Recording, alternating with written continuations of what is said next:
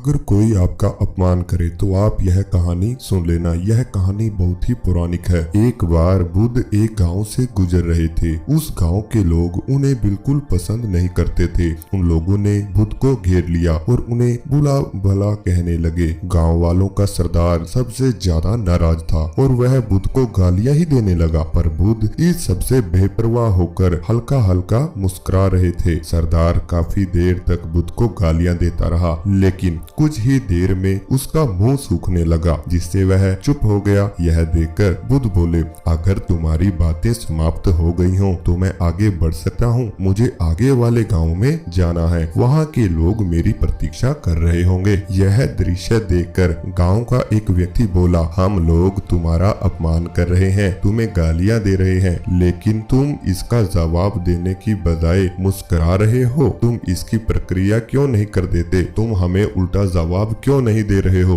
बुद्ध बोले, वत्स, तुमसे और तुमने आने में थोड़ी सी देरी कर दी। यदि तुम 10 वर्ष पहले आते तो मजा आ जाता, क्योंकि 10 वर्ष पहले मैं भी तुम्हारी ही तरह था। अगर उस समय तुम मुझे बुरा भला कहते या गालियां देते तो मैं भी क्रोधित हो जाता। मैं तुम्हें इससे भी अधिक गालियां देता, हो सकता कि महाथापाई पर भी उतर जाता, पर अब मैं आगे बढ़ गया हूँ। अपना क्रोध, घृणा सब पीछे छोड़ आया हूँ। अब मैं उस जगह पर पहुँच गया हूँ जहाँ तुम्हारी गालियाँ पहुँचने में असमर्थ हैं। तुमने मुझे गालियाँ दी, यह तुम्हारी भावना है, लेकिन तुम्हारी यह भावना मुझ तक पहुँच ही नहीं रही। मैं इससे आवेशित तभी होऊंगा जब मैं इसका भागीदार हो जाऊंगा, जब मैं इन्हें स्वीकार कर लूंगा। लेकिन मैं तुम्हारी इस क्रिया से निरपेक्ष हूँ, इससे बहुत दूर हूँ, इसलिए मैं अभी भी पहले की तरह शांत हूँ। यह सुनकर गाँव का सरदार बोला, अरे ऐसा कैसे? मैंने तो तुम्हें गालियां दी हैं और वो पूरे गांव वालों के सामने ही दी हैं, फिर उसे लेने या ना लेने का क्या मतलब है? बुद्ध बोले, वत्स, कल मैं एक गांव में गया था, वहाँ के लोगों ने मेरे प्रवचन सुने, वे बहुत खुश हुए। गांव का मुखिया मेरे लिए मिठाई लेकर आया और उसे खाने का आग्रह करने लगा, प्रार्थना करने लगा, लेकिन मैंने कहा कि मेरा पेट भरा हुआ है, इसलिए मैं इस मिठाई को ग्रहण नहीं कर सकता। यह सुनकर वह व्यक्ति मिठाई वापस लेकर चला गया, क्योंकि जब तक मैं कोई चीज लूंगा ही नहीं तो कोई मुझे कैसे दे पाएगा? इसमें तो मेरी सहमति होना बड़ा ही आवश्यक है ना। तभी गांव के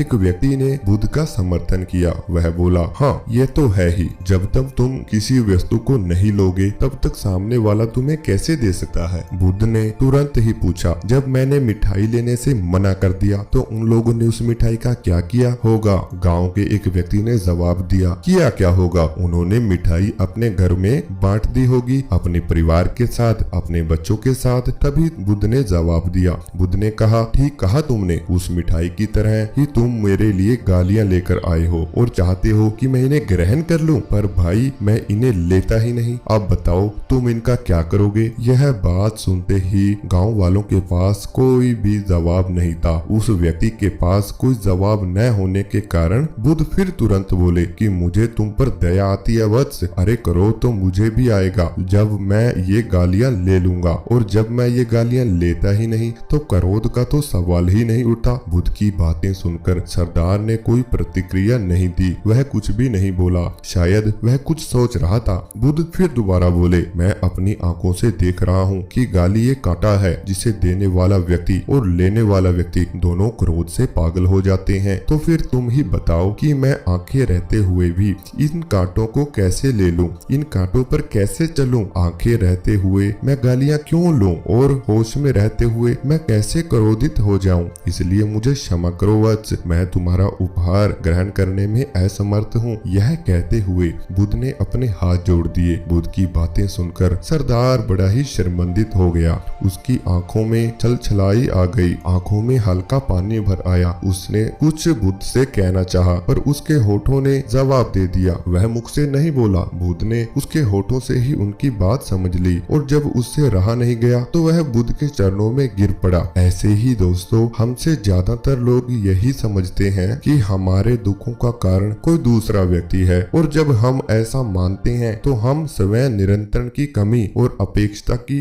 अनदेखा कर रहे होते हैं। वास्तव में यह हम पर निर्भर करता है कि हम दूसरों के द्वारा प्रदान गई नकारात्मक को स्वीकार करते हैं या नहीं। अगर हम नकारात्मक नकारात्मकता को स्वीकार करते हैं तो हम अपने पैरों पर कुल्हाड़ी मारते हैं, और जब हम उसे अस्वीकार कर देते हैं तो घृणा, क्रोध, हिंसा हर किसी व्यक्ति से मुक्त हो जाती है। अगर सामने वाला आपका अपमान करे, आपको भी गालियां दे, तो आपको इस कहानी से यही सीख मिलती है कि आप लोगों को उन गालियों को, उन अपमानित शब्दों को स्वीकार ही नहीं करना है। जब आप उसे अस्वीकार कर देंगे तो वह गालियां उसी व्यक्ति के पास चली जाती हैं, क्योंकि वह चाहता है कि आप कोई जवाब दें। आप क्रोधित हो, क्रोधित होने पर आपका ही नुकसान होगा। तो यह कहानी आपको कैसी लगी? अगर अच्छी लगी तो इस चैनल को सब्सक्राइब जरूर करें व बेल आइकन को भी प्रेस जरूर करें।